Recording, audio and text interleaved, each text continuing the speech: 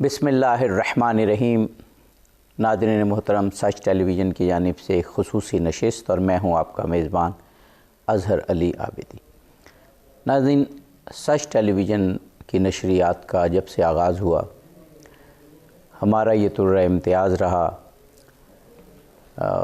کہ جب بھی کوئی اہم مواقع ملک و ملت کے حوالے سے، دین و مذہب کے حوالے سے، انسانیت کے حوالے سے آتے ہیں، ہم ان پر بھرپور پروگرامز کرتے ہیں، کیونکہ ہم سمجھتے ہیں کہ دنیا کی عظیم ترین ہستیوں کے ایام بہت اہم ایام ہیں۔ ان کی سیرت پر بات ہو، ان کے فضائل و مناقب پر بات ہو، اس سے پوری انسانیت ہدایت پاتی ہے، علمی حوالے سے ترقی کرتی ہے اور عملی حوالے سے تمام طبقات ایک دوسرے کے قریب آتے ہیں۔ اور اسلام کا منشا بھی یہی ہے کہ انسانیت ایک وحدت کے ساتھ ترقی کرے۔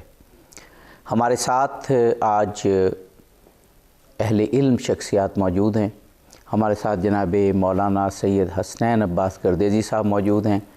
آپ اسلام آباد کے ایک معروف مدرسے کو ہیڈ کرتے ہیں اور سماجی حوالے سے بھی آپ کا ہمارے ملک میں ایک نام ہے۔ ہمارے ساتھ ایک اور شخصیت میر اشتیاق احمد، آپ سچ ٹیلی ویژن کے ناظرین کے لیے اجنبی چہرہ نہیں، بہت ہی اخلاص کے ساتھ دینی معارف بیان کرتے ہیں۔ ناظرین، آج کی ہماری شخصیت ممدوح ائمہ اثنی عشر میں سے 11ویں امام حضرت امام حسن عسکری علیہ السلام ہیں، اور آپ کی شہادت کی مناسبت سے یہ پروگرام ہے۔ میں میر اشتیاق صاحب تھوڑا سا روایت سے ہٹ کے، ورنہ ہم شروع کرتے ہیں پہلی شخصیت سے، لیکن میں پہلا سوال آپ سے اس لیے کر رہا ہوں کہ اگر کوئی غلط فہمیاں ہیں تو وہ دور ہو جائیں۔ گو آپ ایسی غلط فہمیاں دور کرواتے رہتے ہیں کہ یہ جو ابھی میں نے ایک اصطلاح کی ائمہ اثنی عشر، یہ سمجھا جاتا ہے کہ شاید کوئی ایک مکتب سے یہ مربوط ہے۔ 12 امام جس کے 11ویں کا ذکر آج ہے، میں آپ کی زبان مبارک سے سننا چاہتا ہوں کہ یہ ٹرم کیا ہے، یہ اصطلاح کیا ہے، وہ آپ بیان کر دیجئے، پھر میں جناب مولانا حسنین عباس گردیزی صاحب سے امام حسن عسکری علیہ السلام سے شروع کروں گا۔ بسم اللہ الرحمن الرحیم۔ بہت شکریہ عابدی صاحب، آپ کا بھی اور سچ ٹیلی ویژن کا بھی۔ یہ جس طرح آپ نے انٹرو میں فرمایا کہ اہم مواقع پر اور ایام پر اپنے ناظرین کے لیے انفارمیٹیو قسم کے پروگرامز لانا، یہ آپ کا خاصہ ہے، اور آپ کے چینل کا اللہ پاک جزائے خیر دے۔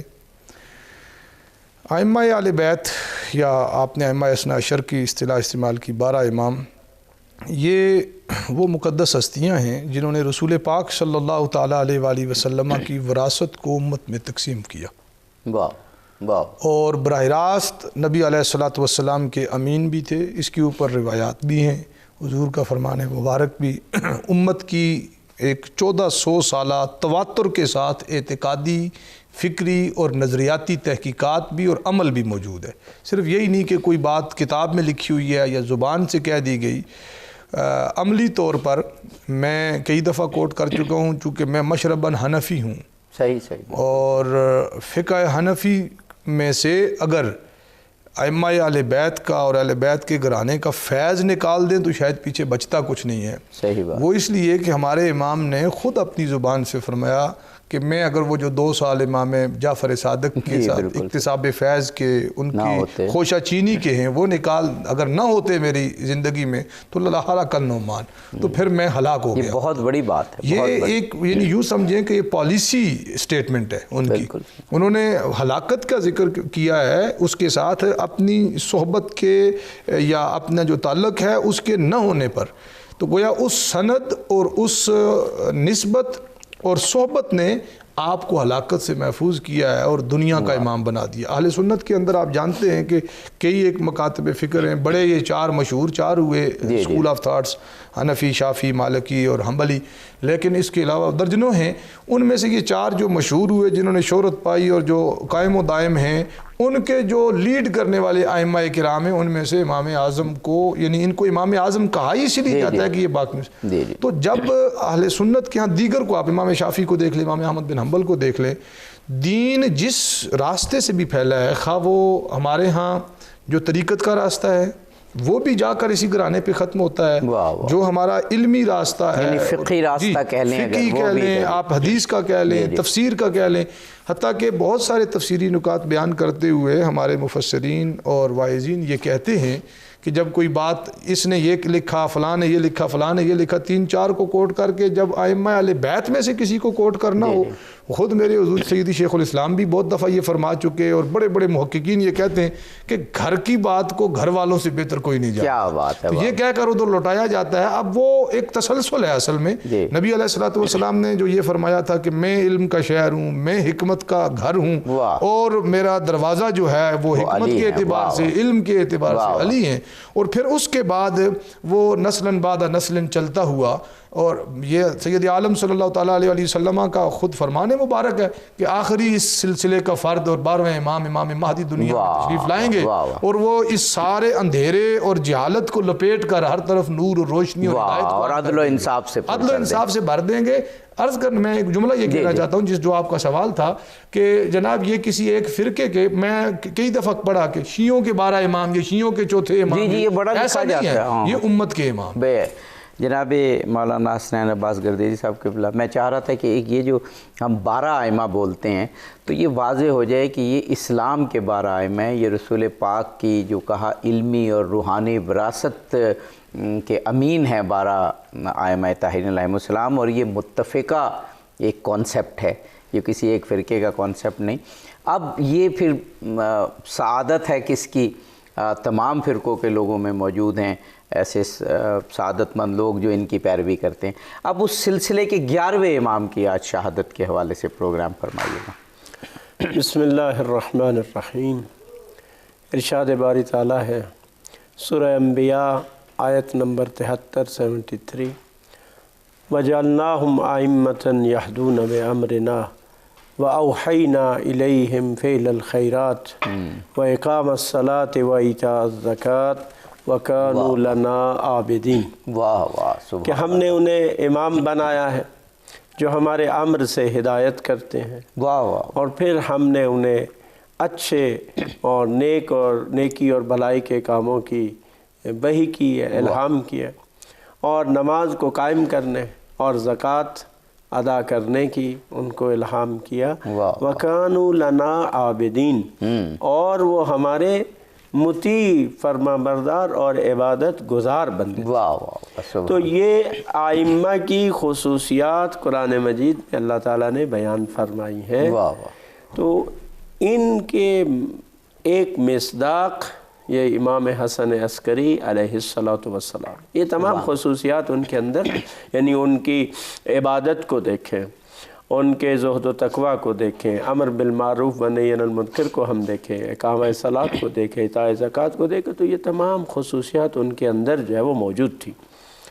دوسری جو بات آپ نے کی کہ وہ حدیث ہے پیغمبر صلی اللہ علیہ وآلہ وسلم کی، جس میں دیکھ رہا تھا صحیح بخاری میں بھی وہ حدیث موجود ہے، صحیح مسلم میں بھی 3-4 جگہوں پر وہ حدیث موجود ہے، اور سنن ترمذی میں بھی وہ حدیث موجود ہے، اور جسے بڑے بڑے محدثین نے صحیح کہا ہے، اور وہ یہی ہے۔ البتہ اس میں کچھ الفاظ کا کہیں نہ کہیں فرق ہے کہ پاک پیغمبر صلی اللہ علیہ وآلہ وسلم نے یہ فرمایا کہ میرے بعد میرے 12 جانشین ہوں گے، کہیں پر امیرن کا لفظ ہے، کہیں پر خلفاء کا لفظ ہے۔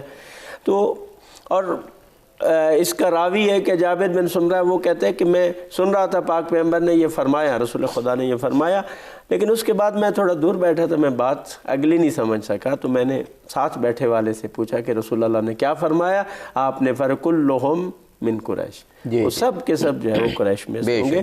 تو اس لحاظ سے یعنی رسول خدا صلی اللہ علیہ وآلہ وسلم کی اس حدیث کی روح سے وہ 12 جانشین، اس میں سے آج 11ویں جانشین حضرت امام حسن عسکری علیہ السلام کا یوم شہادت ہے۔ اور اس مناسبت سے میں تمام ناظرین کو جو بھی اہل بیت سے محبت کرنے والے ہیں تو ان کی خدمت میں تعزیت اور تسلیت پیش کرتا ہوں۔ جی، سلسلہ گفتگو کا جاری رہتا ہے۔ جناب مولانا میر اشتیاق احمد صاحب، آپ نے اور جناب قبلہ نے آیات قرآنی کے ذریعے، احادیث کے ذریعے یہ کانسیپٹ پیش کیا۔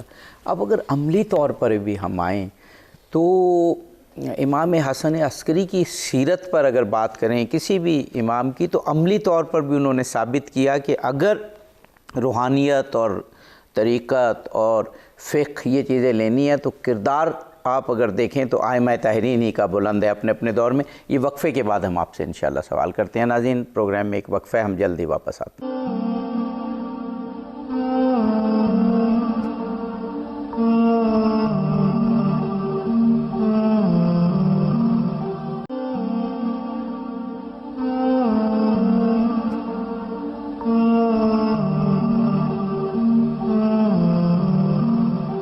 ناظرین، پروگرام میں ایک مرتبہ پھر حاضر خدمت ہیں۔ ختم مرتبت محمد مصطفیٰ صلی اللہ علیہ وآلہ وسلم کی بہت معروف حدیث کہ میرے 12 جانشین، 12 خلفاء، 12 امیر ہوں گے، اور اس بات میں امت مسلمہ متحد ہے، متفق ہے کہ ہدایت اور روحانیت کے لیے 12 ائمہ طاہرین علیہم السلام رسول پاک کے جانشین ہیں۔ جناب مولانا میر اشتیاق احمد صاحب، میں یہ ذکر کر رہا تھا کہ اس بات پہ تو سب عالم اسلام میں اتحاد ہے، اتفاق ہے کہ جو ائمہ طاہرین اپنے وقت میں رہے، مولا کائنات کو تو آپ نے خود ذکر کیا کہ انا مدینۃ العلم وعلی بابوہا، اس کے بعد حسنین کریمین دیکھ لیں، امام زین العابدین علیہ السلام، امام باقر علیہ السلام، امام جعفر صادق علیہ السلام، اور جو آخری تک سلسلہ امام حسن عسکری علیہ السلام تک پہنچتا ہے۔ کردار میں ان سے روشن ستارہ آسمان پر طلوع نہیں ہوا جو اپنے اپنے ائمہ طاہرین کا وقت تھا، یعنی بیسٹ آف بیسٹ کریکٹر ہمارے سامنے آتا ہے۔ دیکھیں، اس کے لیے تو کئی ایک تاریخی شواہد بھی ہیں، اور جس طرح انہوں نے ذکر فرمایا مولانا نے ان کے ذاتی شخصی اور سیرت کے پہلو کی طرف، جناب سیدنا امام حسن عسکری علیہ السلام کا جو ایک تو ان کا مدت امامت جو ظاہری ہے وہ بڑا مختصر ہے، اس کے باوجود نقوش ایسے ہیں اس مختصر وقت کے اندر بھی، ایک تاریخ ہماری ایسی پریشان کن، اور مطلب بندہ جب پڑھتا ہے تو عجیب سی خجالت محسوس کرتا ہے۔ صحیح بات کہ یہ خاندان رسول پر نبی علیہ الصلوۃ والسلام کے بعد جس چیز کی سب سے زیادہ حضور تلقین فرما کے گئے، آخری اپنے ظاہری حیات طیبہ کے ایام میں بھی فرمایا کہ میرے بعد میری آل کا خیال کرنا، یا کرنا، اللہ کا خیال، اور سارا کچھ ہر بار 3 دفعہ ریپیٹ کرتے رہے، اور تقریباً کم و بیش سارا کچھ اس سے الٹ ہی ہوتا رہا، جب سے حضور مولا کائنات کے زمانے اور خلافت سے لے کر آخری وقت تک۔ صحیح بات۔ تو اس کا ہی مطلب ان کی شہادت کے دن پہ یا اس مناسبت سے آپ بیٹھے ہیں تو آپ شہادت تک آ جائیں، اتنی بڑی مخالفت ہونے کے باوجود۔ ابھی یہ آپ کے سوال سے یا موضوع سے بات ہٹ کر نہیں ہے، لیکن سوال سے تھوڑا ضرور ہٹ کر ہے۔ ابھی پچھلے دنوں ایک جگہ ایک بات ہوئی ایک مذاکرے میں، تو میں نے بھی اس کے جواب میں کچھ عرض کیا۔ وہ کسی بندے کا یہ کہنا تھا کہ گھپلا کر کے چیزیں ادھر سے ادھر کر دی گئی ہیں، تو میں نے اسے سوال کیا، میں نے کہا گھپلا عموماً وہ کرتا ہے جس کی مناپلی ہو، جس کا قبضہ ہو، تو قبضے والے، حکومت والے، سطوت والے، اقتدار والے تو ہمیشہ اہل بیت کے خلاف رہے ہیں، تو پھر گھپلے سے ان کی شانیں کیسے کتابوں میں ڈال دی گئیں اور مصادر میں ڈال دی گئیں؟ بڑی سادی سی بات ہے۔ میں یہ بلکہ کوشش کی گئی کہ شانیں چھپائی جائیں۔ میں اس مثال سے یہ عرض کرنا چاہتا ہوں کہ باوجود اتنی بڑی سرکاری اور ریاستی مخالفت کے، اگر ان شخصیات کی زندگی کے یہ حسین اور روشن گوشے چھپائے نہیں جا سکے، ان کے مناقب اور ان کے فضائل کو چھپایا نہیں جا سکا، تو اس کا مطلب ہے کہ اگر مخالفت نہ ہوتی تو پتہ نہیں ایک شخصیات کس قدر مزید بلند میں نظر آتی۔ اب ان کے کردار، آپ نے فرمایا نا کہ ہر ایک اس اپنے زمانے کی بیسٹ کوالٹیز کے ساتھ متصف اور اوصاف کے ساتھ، اور اس میں بھی کوئی چیلنج، کوئی شک نہیں۔ اس کی سب سے بڑی جو میں نے کہا تاریخی شواہد، آپ دیکھیں کہ 12 کے مقابلے میں کوئی 12 لے کے آج تک آیا نہیں کہ وہ جو حدیث میں فرمائے ہیں وہ یہ والے 12 ہیں۔ یعنی جزوی طور پر کسی ایک شخصیت کے مقابلے میں کبھی کوئی بات ہوئی بھی ہے، یا گھر میں کبھی کوئی کسی جگہ پہ رشتہ داروں میں کوئی اختلاف ہوا بھی ہو کہ یہ ہیں یا میں ہوں، لیکن 12 کے مقابلے میں 12 آج تک 14 صدیوں میں کوئی نہیں پیش کیا جا سکتا۔ کیا بات ہے۔ حالانکہ ستم ظریفی یہ ہے کہ نبوت کے مقابلے میں نبوت پیش ہوئی۔ جی جی جی، واہ واہ واہ۔ اب میں اپنے سامعین ناظرین سے بھی یہ کہنا چاہتا ہوں کہ اب ہمارے زوال، انحطاط اور ہماری پستی کا عالم یہ ہے کہ آج کے زمانے میں کوئی آ کے کہے نہیں یہ علی نہیں تھے، یہ علی تھے، جبکہ پچھلی 13 صدیوں میں کسی نے نہیں کہا علی کوئی اور بھی ہے۔ یا ان کے مقابلے میں کوئی اور علی ہے؟ جس طرح علی بھی تنہا علی ہی ہے نا، ان کے بچے بھی وہ تنہا اور منفرد ہی رہے، اور رسول پاک کے یہ نائبین سارے کے سارے منفرد ہیں. یعنی خواہ وہ بندہ کسی فن کا جاننے والا تھا، علوم کا ماہر تھا، یا وہ متقی پرہیزگار جتنے بڑے لیول پر بھی فائز تھا نا، اس نے ان شخصیات کی انفرادیت اور فضیلت کا انکار نہیں کیا. جناب مولانا کہ کیا خوبصورت باتیں ہو رہی ہیں. میرا تو جی چاہتا ہے بھائی ایسی باتیں ہوتی رہیں اور ہم آپ ایسے علماء کو سنتے رہیں. اب کس کس کوالٹی کی بات کی جائے. میں جب سیرت پڑھ رہا تھا امام حسن عسکری علیہ السلام کی، تو جو مولا کائنات اور امام حسن علیہ السلام اور امام زین العابدین سے شروع ہوئی کہ جب وہ عبادت کے لیے جاتے تھے تو جسم پہ لرزہ طاری ہو جاتا تھا، وضو کرتے ہوئے کیفیت بدل جاتی تھی. وہی میں نے امام حسن عسکری علیہ السلام کی پڑھی.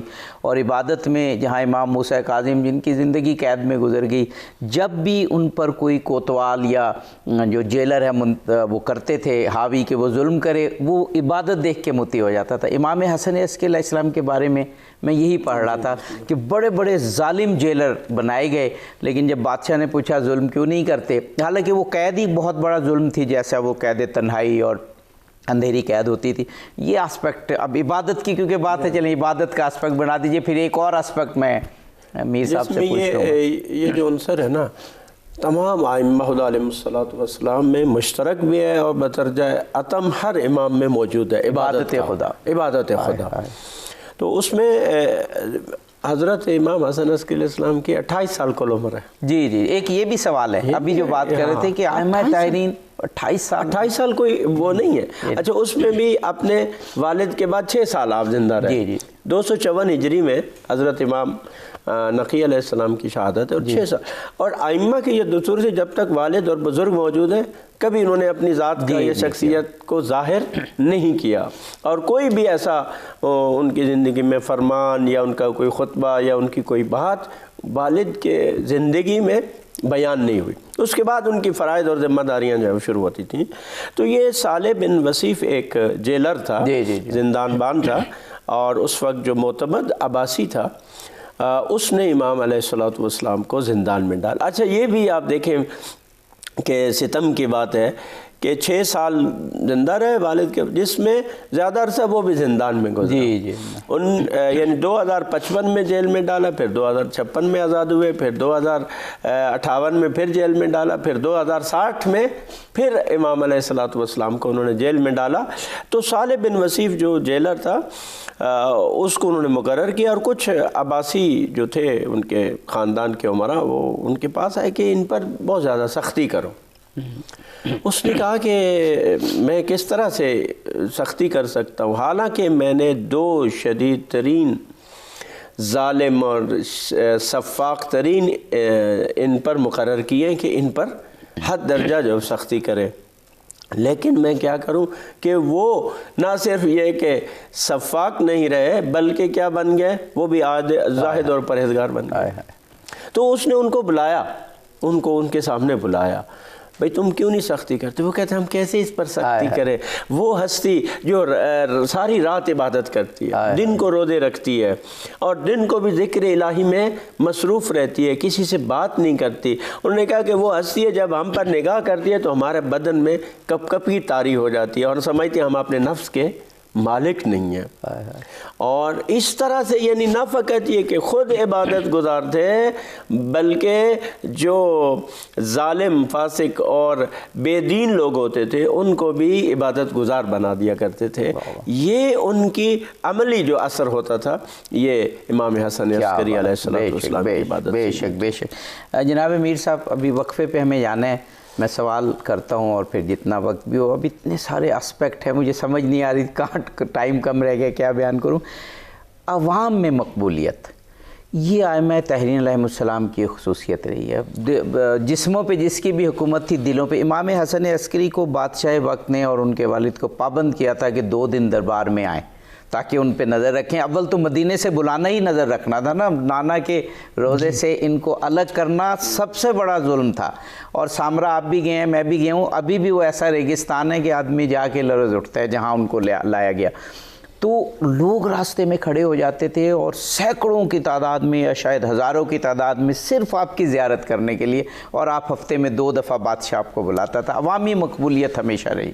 جی اصل میں جو قید و بند کی صحبتیں ہیں نا، یا ان کو محصور رکھنا یا نظر بند رکھنا، اس کی بڑی وجہ ہی یہی تھی کہ مخلوق خدا کا اس قدر رجوع اور بھیڑ اس کو اوائڈ کرنے کے لیے کہ اگر لوگ ان سے جڑے رہیں گے تو ہمارے پاس کون آئے گا، یا پھر یہ کہ ان کی مقبولیت مزید بڑھے نا، لوگوں کو ان سے دور رکھا جائے. حتیٰ کہ امام حسن عسکری پر چونکہ پابندیاں زیادہ تھی باقی ائمہ کے نسبت اور سخت تھی، یعنی سختی زیادہ تھی، اس کی ایک وجہ یہ بھی لکھی ہے مورخین نے کہ بھائی چونکہ وہ 11ویں امام تھے تو ان کی یہ خواہش تھی کہ یار 12واں جو آگے چل کے آنا ہے ان کی نسل ہی آگے نہ چلے جا کے ان کی نسل میں سے آنا ہے. تو جو اللہ کے کام ہوتے ہیں، خوبصورت آپ نے بنیادی بات وہ تو نمرود اہتمام کرے یا فرعون اہتمام کرے، جس موسیٰ نے اور جس ابراہیم نے آنا ہوتا ہے اللہ اسے لے آتا ہے. ہمیں وقفے پہ جانا ہے، وقفے کے بعد جاری رکھے گا. ناظرین، امام حسن عسکری علیہ السلام ایسی شخصیت جو پاک بازی میں، روحانیت میں، رسول پاک کی روحانی وراثت میں ایک منفرد شخصیت تھی. 11ویں امام تھے، ان پر گفتگو جاری ہے.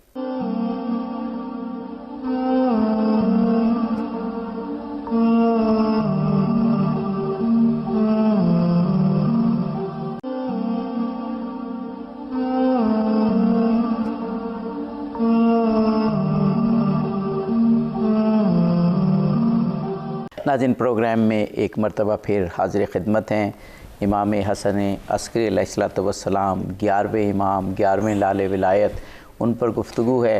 اور جو علماء کرام ہمیں بتا رہے ہیں کاش انسانیت یا کم از کم مسلمان ان ائمہ طاہرین کی سیرت کو عملی طور پر پکڑ لیں تو ہم پوری دنیا کو لیڈ بھی کر سکتے ہیں اور امن و امان اور صلح و آشتی بھی قائم کر سکتے ہیں. جناب مولانا میر اشتیاق صاحب، آپ نے وہ تو فرما دیا جو میں نے ذکر کیا کہ جب امام حسن عسکری کو بادشاہ 2 دفعہ جبراً بلاتا تھا تو ارد گرد لوگ کھڑے ہوتے تھے اور ہزاروں مشتاق ہوتے تھے ایک جھلک دیکھنے.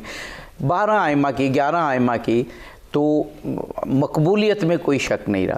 ایک اور اسپیکٹ میں چاہتا ہوں کہ حکمرانوں نے بہت ظلم کیا 11 ائمہ پر، رسول پاک کے فرمان کے بالکل جس کو کہنا چاہیے اپوزٹ. لیکن جب عالم اسلام پر ایک وقت آیا کہ جب بہت زیادہ گائیڈنس کی ضرورت ہے، ورنہ اسلام خطرے میں، اب تو ویسے ہی پڑ جاتا ہے نا خطرے میں، جب واقعی پڑتا تھا. امام باقر علیہ السلام کو دیکھ لیں، امام جعفر صادق علیہ السلام، امام موسیٰ کاظم علیہ السلام، خود امام حسن عسکری کے وقت میں بھی اور امام رضا علیہ السلام کے وقت میں تو بہت بڑے علمی چیلنجز تھے. امام حسن عسکری کا وہ واقعہ میں چاہوں گا کہ جب وہ ایک پادری دعا کرتا تھا اور بارش ہو جاتی تھی اور عالم اسلام کا جو دارالخلافہ تھا وہ لرز گیا کہ کہیں عیسائیت تو کہیں صحیح نہیں ہے. وہ واقعہ میں چاہ رہا ہوں کہ آپ کی ایک عظیم خدمت. جی بالکل ایسے ہی ہے کہ جب بھی مشکل وقت آیا، میری مجبوری ہے، میری کمزوری بھی ہے کہ اس کو آپ رسول معظم صلی اللہ تعالیٰ علیہ وسلم کے زمانے سے لے کر نیچے تک بھی لے آئیں نا. خود رسول پاک نے اس چیز کو اپنی، یہ نہیں کہ رسول پاک سے بڑھ کر کوئی ہستی ہے، وہ ساری کائنات اور انبیاء کرام علیہ السلام میں سے سب سے بڑھ کر ہیں اور انہی کی وجہ سے فضیلت اہل بیت اطہار کی. لوگ اپنی مرضی کا مفہوم نکال لیتے ہیں، اس لیے میں نے یہ وضاحت کر دی. وگرنہ عمر ابن عبد الود ہو، مرحب ہو، کوئی اور موقع ہو، خیبر ہو، بدر ہو، احد ہو، حنین ہو، ہر جگہ پہ اس خاندان نے جس طریقے سے اسلام کی آبیاری بھی کی، اسلام کو سایہ بھی دیا، سپورٹ بھی دی اور مدد اور نصرت کی، اس کا تسلسل ان ائمہ طاہرین میں چلتا ہوا. مولا علی کے وقت میں بھی اور خلفاء کے وقت میں بھی جب روم سے اور دوسری جگہوں سے علمی سوالات آتے تھے تو خود خلفاء حضرت علی کو کہتے تھے جواب عمر فاروق رضی اللہ تعالیٰ عنہ، جو جملہ میں نے امام اعظم کا حضرت امام جعفر صادق علیہ السلام کے حوالے سے کہا، وہ حضرت عمر فاروق نے فرمایا کہ اگر آج علی نہ ہوتے تو عمر ہلاک ہو جاتا. تو اس کا تسلسل یہ ہے. اور یہ فیض جو میں نے کہا کہ وہ ایک وراثت تقسیم ہوئی، اس کا اظہار تقریباً ہر امام کی زندگی میں کئی ایک مواقع پر ہوا. جس واقعہ کی طرف آپ نے اشارہ کیا کہ وہ پادری دعا کرتا تھا اور اس کو یہ دعویٰ تھا کہ یہ میری دعا یا میری مناجات سے یہ بارش برس رہی ہے، اور قید سالی کا زمانہ تھا. تو لوگ جو ہے نا چونکہ کمزور ہوتے ہیں، افلاس یا ضعیفی خود کفر کے پیچھے کھڑی ہوتی ہے، تو لوگ ارتداد کی طرف بڑی کثرت سے جا رہے تھے. جو آپ نے اچھا لفظ استعمال کیا استعارہ کہ وہ جناب لرز اٹھا دارالخلافہ، تو ان کو کچھ بھی تھے، جتنے بھی بدعمل تھے، جو بھی معاملات تھے، اپنا اسلام بچانا تھا تو انہوں نے اسلامی ریاست کا خلیفہ رہنا تھا نا، انہیں بھی فکر لاحق ہوئی اور پھر امام کو جناب وہ انہی کی طرف رجوع کرنا پڑا. امام حسن عسکری کو وہ جیل سے باہر لائے اور وہی شخصیت تھی جنہوں نے آ کر چاروں شانے چت کر دیا ارتداد کو اور توحید کی روشنی کو اور اللہ کی وحدانیت اور اس کے اقتدار اور اس کی حاکمیت کو واضح کیا. اور میں سمجھتا ہوں یہ ارتداد سے بچانا اور پوری ریاست کو سہارا دینا اور اسلام کی ڈولتی اور ناؤ کو باقی چیزیں جس طرح انہوں نے ان کے قائم اللائل ہونے اور صائم النہار ہونے اور ان کے ذاکر اور ساری خوبیاں ان کی جو شخصی اور ذاتی ہیں ان کو ایک طرف رکھ دیں. ریاست اور ریاستی مشینری اور علماء جو سرکاری ہیں وہ سارے بے بس ہو گئے تو پھر گھرانہ محمد کی طرف انہیں رجوع کرنا پڑا اور دیکھنا پڑا. اور یہی امام اور ایک اور اس کے ساتھ آپ شامل کر لیں علمی ان کا بھی وہ کارنامہ ہے وہ کہ اسحاق کندی نام کا ایک بڑا عالم تھا. یہ میں چاہ رہا ہوں کہ پھر لوگوں کو وہ جو دلچسپی ہے وہ آخر تک ہم اس کو بتا دیں کہ پھر امام نے کہا کہ اس پادری کے ہاتھ میں کسی نبی کے جسم کا حصہ ہے اور وہ کھلتا ہے تو آسمان برس پڑتا ہے، یہ اس سے لے لو پھر بتا. جی میں چاہ رہا تھا وہ واقعہ مکمل ہو جائے. میں تو آپ کا وقت بچاتے ہوئے میں نے کہا بس ہے وقت واقعی کم ہے لیکن ایک جملے میں بتا دیجیے. یعنی دیکھیں نا آپ یہاں بھی آ جائیں نیچے تک، اب خواہ وہ خالد بن ولید کا معاملہ ہو خواہ وہ محمود غزنوی کا ہو، تبرکات سے تمسک اور توسل کا وہ ایک سلسلہ تھا کہ وہ ایک نبی کے تبرک کے ذریعے سے اگر دعا کر رہا ہے اور بارش برس رہی ہے، لوگوں کے نظروں میں تو یہی تھا، بظاہر وہ یہ سمجھ رہے ہیں امام نے کہا اس سے یہ جو ہاتھ میں ہے یہ لے لیا گیا، ان کے پاس کچھ بھی نہیں بچا اور پھر امام نے اس کے بغیر دعا کی اور بادل برس پڑے. یعنی اس کے پاس جو جس نبی کا تبرک یا وسیلہ لے کر یا اس کے ذریعے سے وہ دعا کر رہا ہے تو امام کی تو اپنی ذات سراپا فضیلت اور سراپا جو ہے نا وہ نسبت ہے نبی صلی اللہ علیہ وسلم کی. اب وہ وقت بہت کم رہ گیا ہے، میں چاہ رہا ہوں کہ اسحاق کندی والا واقعہ بہت مختصر آپ بیان کر دیں اور اس پورے پروگرام کو اگر وائنڈ اپ آپ کر دیجئے. 2 سے 3 منٹ ہے ہمارے. جی اس میں اسحاق کندی ایک بہت بڑا فلسفی تھا اور اس کے کتابیں بھی موجود ہیں. تو امام علیہ السلام کو خبر ملی کہ اب بعد فلاسفہ اپنی سوچتے ہیں کہ وہ کتاب لکھ رہا ہے قرآن کے تضادات پر، قرآن کے اندر جو کنٹرڈکشن ان قرآن اس پر وہ کتاب لکھ رہا ہے. اب ظاہر ہے اگر یہ کتاب آتی تو بہت سارے جو مسلمان تھے ان کے عقیدے ایمان میں بہرحال ایک کیونکہ وہ بہرحال ایک بڑی علمی شخصیت تھی. اب امام علیہ السلام اس فکر میں تھے کہ کیسے اس کو ہم اس عمل سے روکیں. تو ایک دن اس کا ایک شاگرد آیا امام علیہ السلام کے پاس. امام نے کہا تم کیوں نہیں اس شخص کو روک سکتے؟ انہوں نے کہا جی ہم تو شاگرد ہیں، ہماری بات میں کہاں اثر ہے. تو امام نے کہا اچھا پھر جو میں آپ کو کہتا ہوں نا تم وہی کرو. اس نے حامی بھر لی. امام نے کہا پہلے جا کے اس کی خوب خدمت کرو اپنے استاد کی، جب وہ مانوس ہو جائے تو پھر اس سے یہ بات کرنا کہ کیا ایسا ممکن ہے کہ جو متکلم ہے جو وہ بات کرتا ہے تو سمجھنے والا اس کی بات سے اور معنی لے اور جو کہنے والا ہے اس کا مطلب وہ نہ ہو. کیا ایسا ممکن ہے؟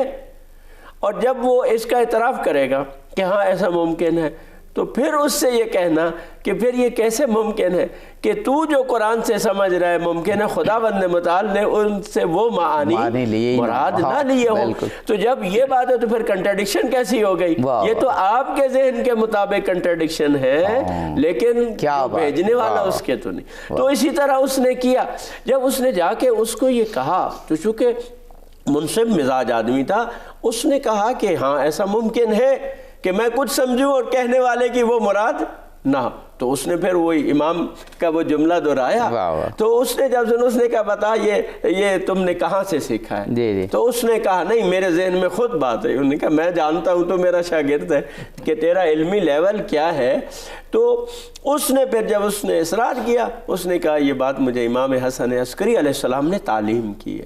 کہتا ہاں اب تو نے سچ کہا ہے. یہ ایسی باتیں اور ایسی تعلیمات خاندان نبوت سے ہی صادر ہو سکتی ہے. اور اس کے بعد اس نے کیا کیا یعنی دیکھیں امام کے اس کی تبلیغ کا اثر اس نے وہ کتاب منگوائی اور اس کے بعد اس کو جلا دیا ختم کر دیا. جناب مولانا حسنین عباس گردیزی صاحب، جناب مولانا میر اشتیاق احمد صاحب بہت شکر گزار ہوں. ناظرین امام حسن عسکری علیہ السلام کی شخصیت ایک منفرد شخصیت اس طرح سے ہے کہ متفقہ حدیث کے مطابق وہ 11ویں امام ہیں اور 12ویں امام کا تمام عالم اسلام شیعہ سنی سب مل کے منتظر ہیں. امام حسن عسکری علیہ الصلوۃ والسلام نے وہ آخری دور میں امام کے لیے کیسے تیار کیا دنیا کو، اس حوالے سے، اور جب غیبت یعنی امام نہیں ہے، امام کا انتظار پورا عالم اسلام کر رہا ہے، اس وقت کو کیسے گزارنا چاہیے، یہ سیرت ہم امام حسن عسکری علیہ الصلوۃ والسلام کے ضرور پڑھیں، جس پر عالم اسلام کے تمام علماء شیعہ سنی سمیت انہوں نے کتابیں لکھی ہیں اور یہ چیزیں موجود ہیں۔ اظہر علی عابدی کو اس پروگرام سے اجازت دیجیے، فی امان اللہ۔